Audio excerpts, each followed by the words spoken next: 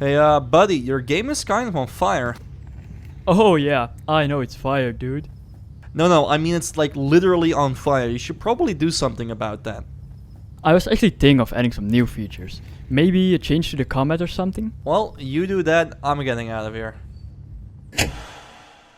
What's up everyone, my name is KleinStein, and today I'll be talking about the first standalone Battle Royale game, how it became incredibly popular, and its eventual downfall into obscurity.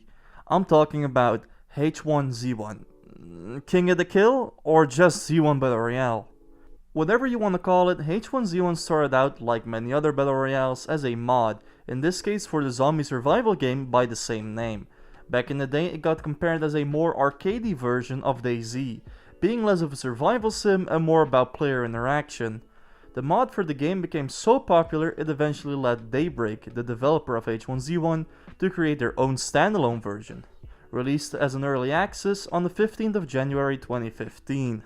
At release, the game suffered from numerous technical issues, some of these being players not being able to log in, join an active server, or all servers just dying all at once. But this didn't stop the game from selling 1 million copies within the first 2 months it was released. The game grew rapidly on Twitch and YouTube, sparking the career of many streamers such as Dr. Disrespect. They even had their own esports league. It really looked like the game would be a massive hit. However, it wasn't all smooth sailing. To say H1Z1 had a rocky start is an understatement. Controversy started to form when Daybreak would not keep its promises. Initially, they announced that there would be no pay-to-win aspects in H1Z1, and the only things you could buy would be cosmetic stuff, with no influence on the actual gameplay. They made it very clear right from the start that airdrops, weapons, ammo and meds would not be purchasable with money, to avoid a pay-to-win scenario. Just months later, they added airdrops that could be purchased with money. These airdrops would grant weapons, heals and ammo, thus favoring the player who had money to spend. When faced with the controversy, Daybreak president John Smedley simply said, "If you think it's pay to win, don't buy it, don't play it." Which is just something you don't really want to hear from the CEO of a game company. This all paired with the game still being riddled with bugs ranging from hitboxes being broken, to players being invisible, invincible, or simply ragdolling all around.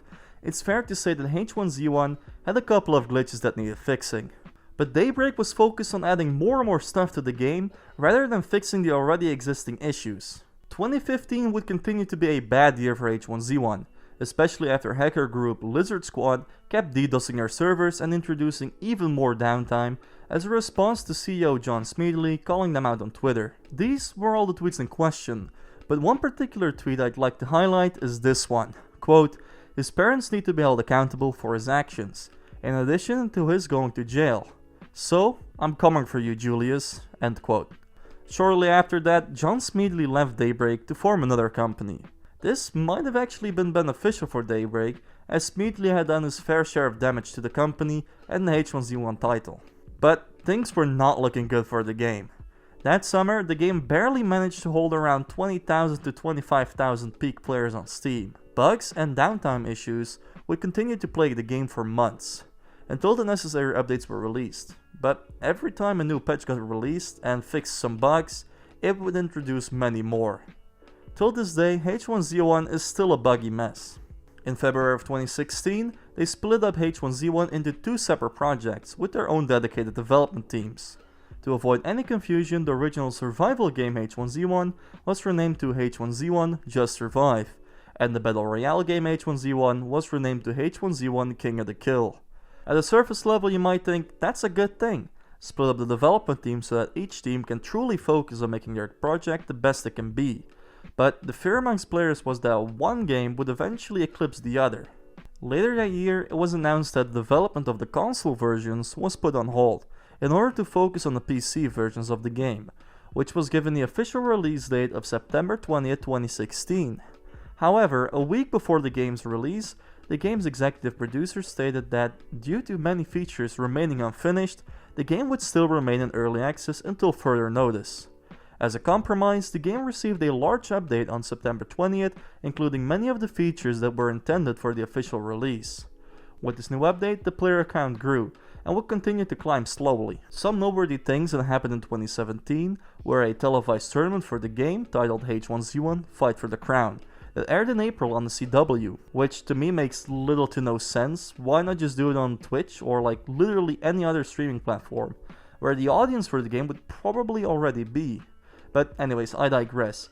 It consisted of 75 players split into 15 teams, basically playing one game of H1Z1 for $300,000. This was actually a pretty big deal, with well-known esports teams like Cloud9 attending, and a staple of the H1Z1 streaming community named Ninja as well. Also in 2017, the game hit its official peak player count in early July, most likely due to a combination of Battle Royale games becoming more popular in general, summer break just starting, and finally fixing numerous bugs that were still present in the game.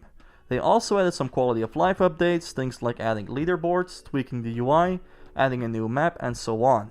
Don't get me wrong, bugs were still present, but for the first time in 2 years, the game was actually playable.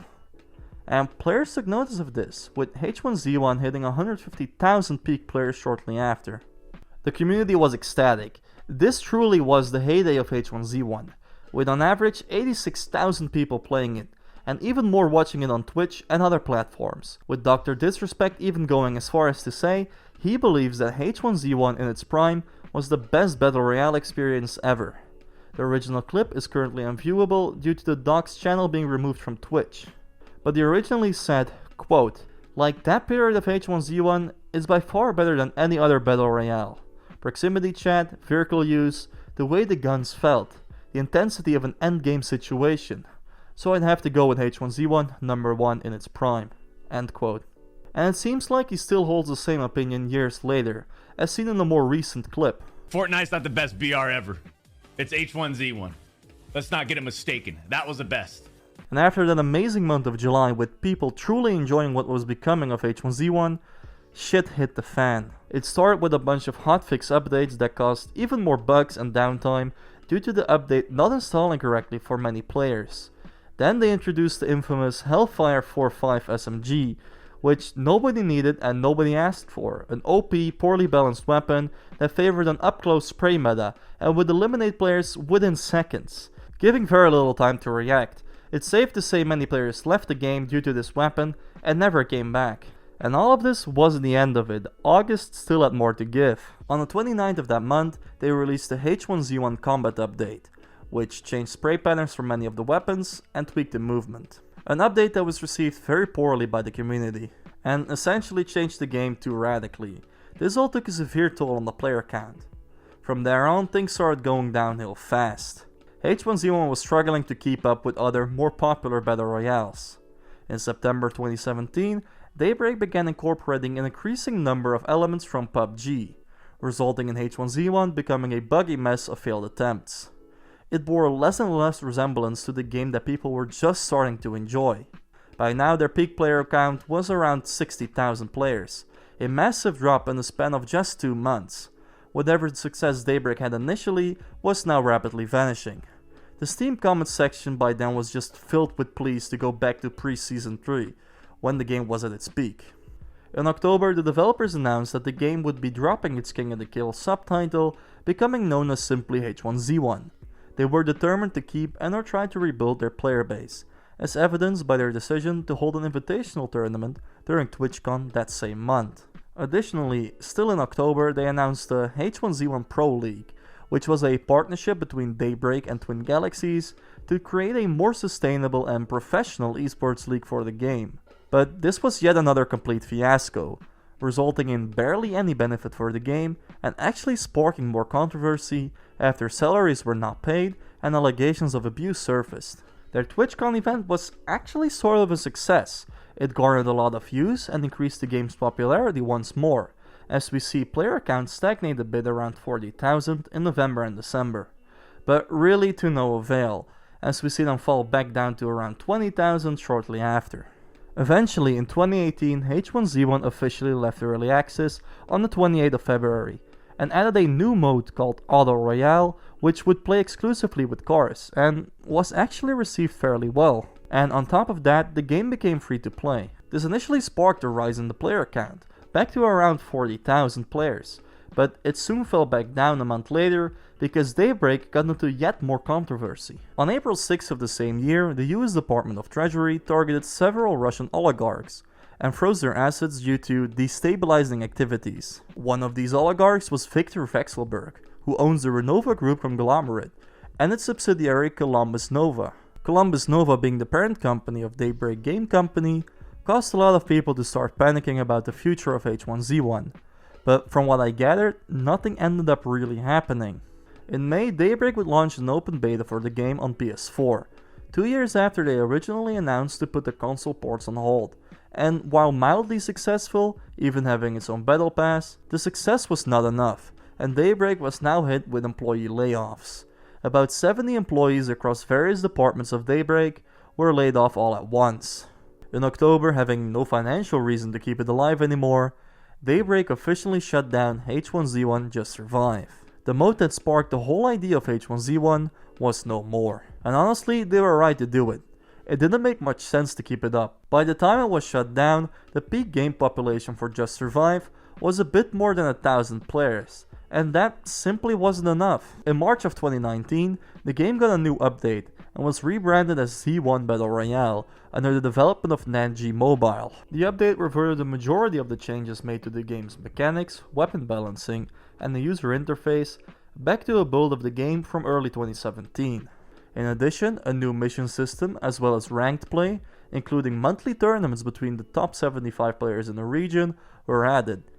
The following month it was announced that the game's development would be handed back over to Daybreak Games, with NantG citing the many challenges arising from the confusion the game caused by having both themselves and Daybreak Games managing the same game under two separate brands as a reason why. For the following months, Daybreak would take a multitude of content from the PS4 game and publish it to the PC game, even though this was not at all what the community wanted.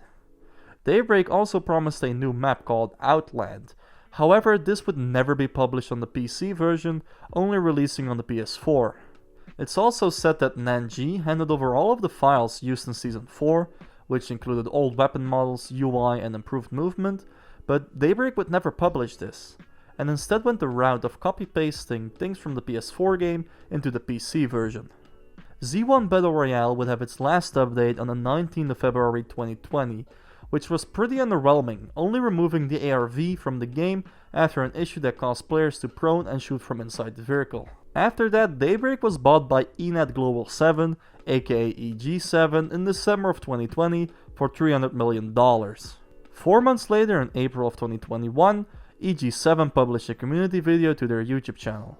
In this video, the CEO at the time, Robin Floden, said that he had a team of developers actively looking at H1Z1 King of the Kill codebase, and they were looking to revert the game to the golden days. However, in August of 2021, G. Ham, the CEO of Daybreak, took over as acting CEO of EG7, and since then there have been no official updates to Z1 Battle Royale. The North American server, however, was closed on the 16th of June 2023.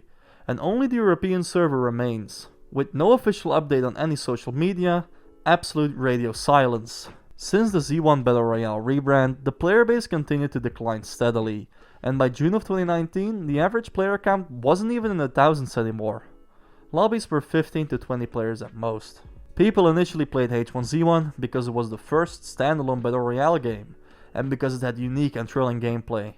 But when the game is still a buggy mess after almost a decade, I don't blame the player base for shifting to other games like PUBG, Fortnite, Apex, or any other Battle Royale game. And that's about it. Besides the game getting revisited and spiking in player count every now and again, it's basically dead. I hope you enjoyed this video, and if you made it this far, please like and subscribe. Anyways, I'll see ya.